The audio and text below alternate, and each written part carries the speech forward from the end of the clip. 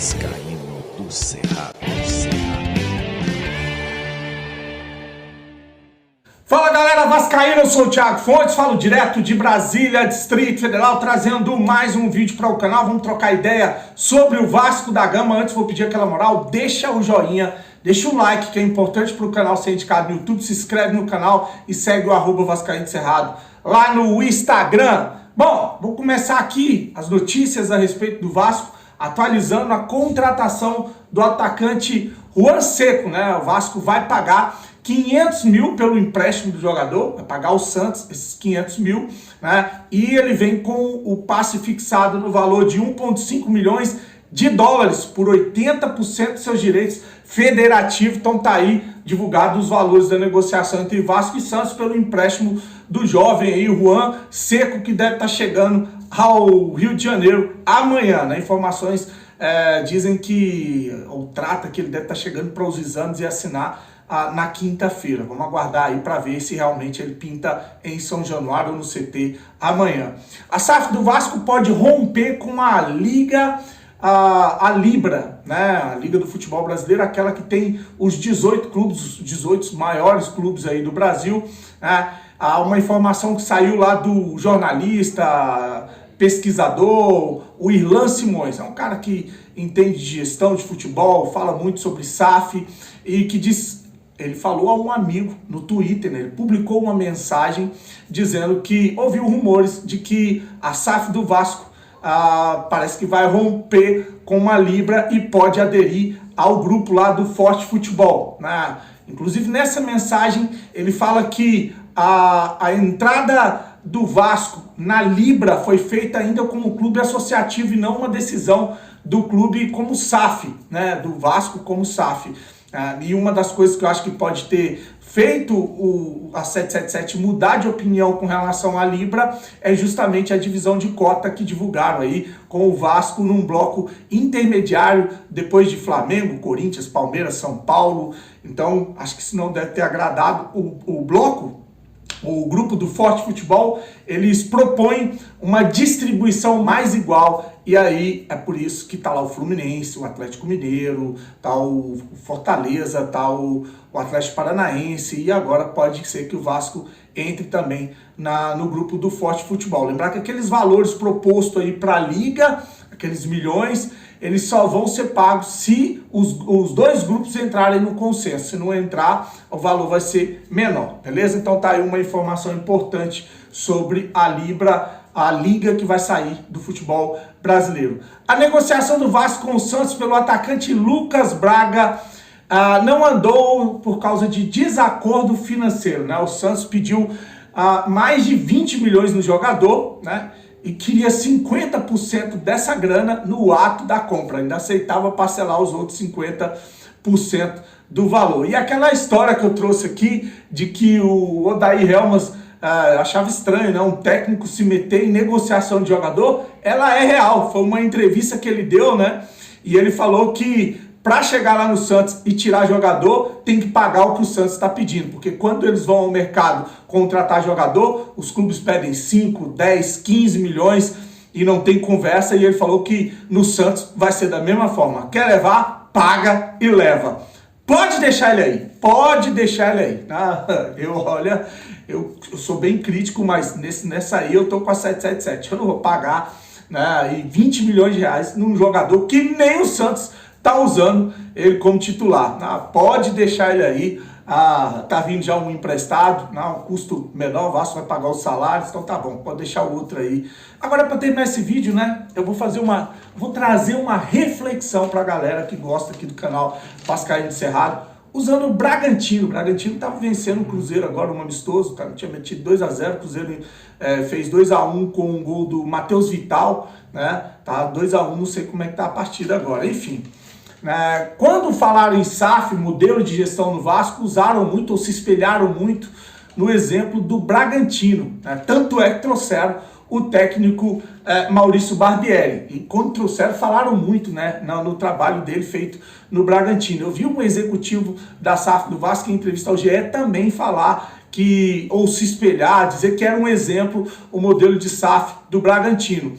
E muitos falaram que não tem nada a ver a SAF do Vasco com o Bragantino, e nas contratações você vai vendo que é exatamente a mesma coisa, né? Você não vai trazer grandes contratações, isso a gente tem falado aqui ao longo da semana. Então vou trazer aqui duas coisas que aconteceram no Bragantino para a gente fazer uma reflexão e ver se esse é o caminho que você acha que o Vasco deve tomar, né? O Bragantino, quando estava disputando ali Campeonato Brasileiro nas cabeças, e foi a final da Sul-Americana, no meio de uma temporada, ele vendeu o seu melhor jogador quando pintou uma possibilidade, uma oferta, como é que eu falo? Uma oportunidade de negócio.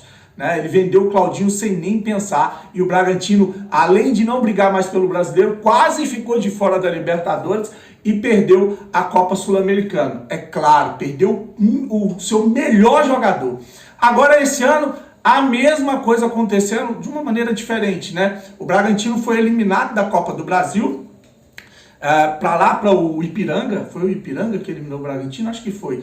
E eliminado também no Campeonato Paulista, com aquela falha do goleiro lá, que empatou, foi para os pênaltis e acabaram perdendo. Um prejuízo, e um clube gerido como empresa precisa correr atrás do prejuízo, né? Repor essa grana, que a ideia do Bragantino era avançar em fase na Copa do Brasil, era a premiação do Campeonato Paulista. Como não veio, tiveram que tomar uma atitude, né, para poder compensar financeiramente essas perdas. E o que eles fizeram? Estão em negociações avançadas com o Palmeiras, a venda do jogador Arthur, se eu não me engano, cerca de 7 milhões de euros, acho que é isso, 7 milhões de euros, uma coisa assim. Então o Palmeiras fez a oferta e parece que tá tudo certo. Eu vi na ESPN hoje que tá tudo certo para o Arthur ir jogar no Palmeiras. Então você vê o que o Bragantino fez com relação ao melhor jogador, que era o Claudinho, e agora o que o Bragantino fez com relação ao seu melhor jogador na temporada, que é o Arthur, indo para um rival regional, né? Não tá indo para o exterior, não tá indo para um rival regional, tá indo para o Palmeiras, mostrando como é que é a cabeça, a mente de um clube que funciona como empresa. Porque se fosse associação, jamais, depois de ser eliminado de uma Copa do Brasil e de um campeonato estadual, o clube ia vender o seu melhor jogador. A ideia e a pressão era para que o clube se reforçasse, contratasse mais jogadores para não passar perrengue ou para não ter dificuldades no Campeonato Brasileiro. Então ele foi na contramão, ele foi fazer atrás da compensação financeira e não atrás de um reparo no time para uma compensação esportiva e o time entrar visando uma melhor competição no Campeonato Brasileiro. Então eu fico preocupado com isso, entendeu? Eu entendo o torcedor que vem aqui e fala, olha, mas estava pior com o time que a gente estava contratando, o Ribamar, né, Léo Jabá. Então, Salgado, apesar do Salgado ter derrubado o Vasco de propósito com o senhor Adriano Mendes, e a gente já trouxe isso aqui, né, provas, inclusive do presidente, ex-presidente do Vasco, falando que o vice-presidente de finanças do Jorge Salgado, que trabalhava com o Campelo, né, na controladoria de finanças lá do clube, né, o Adriano Mendes, ele queria o Vasco na segunda divisão, foi um projeto, foi um plano para o Vasco ser vendido. Então, beleza, eu entendo o torcedor que chega aqui e fala, mas tá melhor do que estava antes, pelo menos tá pagando salário, pelo menos não tem penhora. Se o Vasco volta para a primeira divisão e a dívida, porque muita gente fala assim, pô, você critica, mas e aí, qual que seria a solução? A solução era voltar para a primeira divisão. A gente voltou com um time muito meia boca, né? Era voltar para a primeira divisão, não deveria ter caído, né? Caiu de propósito, como eu falei. Voltar a pegar a cota de TV a mais de 100 milhões, a venda do Andrei Santos, mas ia vender barato, enfim, você ia ter uma grana, mas a dívida do Vasco, ela estava no regime centralizado, ela já estava equalizada. Aí você precisa de gestores com competência para trazer dinheiro novo e pagar ali as penhoras, fazer acordo com os jogadores. Esse seria um caminho. É claro que aí seria hipocrisia da minha parte, né, dizer aqui que, olha, não, mas isso ia acontecer no Vasco com certeza, né? A gente teria que apostar mais uma vez no modelo associativo com o presidente, né? Eu sei que o torcedor está desgastado, cansado de política e sacanagem dentro do clube, por isso que eu entendo perfeitamente aquele que preferiu que o Vasco fosse vendido. Mas eu tenho as minhas ressalvas com relação a essas diretrizes aí, entendeu?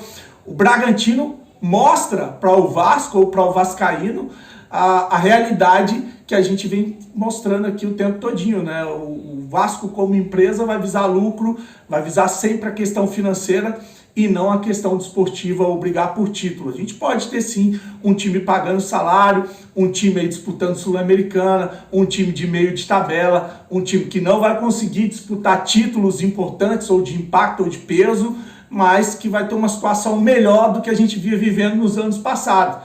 Isso porque eu não sei o que colocaram no tal dos contratos que fizeram ali, as escuras e que ninguém pôde ver, né? Só o médio e longo prazo para dizer pra gente se isso foi uma boa ou se foi ruim. O que nos resta é torcer para dar certo, o que nos resta é cobrar por contratações, até para ver se muda a mentalidade dessas pessoas que compraram o Vasco, entenderem o tamanho do Vasco, que se eles trouxerem duas grandes contratações, elas se pagam com sócio, elas se pagam com torcedores indo no estádio, elas se pagam com melhor colocação em campeonatos, elas se pagam porque você passa a valorizar os ativos. Então a gente não está aqui torcendo contra, né? A gente está aqui torcendo para que eles mudem essa mentalidade e pensem que dá para sim pensar como empresa, dá para pensar na grana, né, nas finanças, mas dá para pensar também em um time mais forte, porque aliado a esse time forte vai vir também o retorno financeiro, tá bom? Curte o vídeo, compartilha, desejar para você uma noite abençoada, grande abraço e com Deus, saudações vascaínas.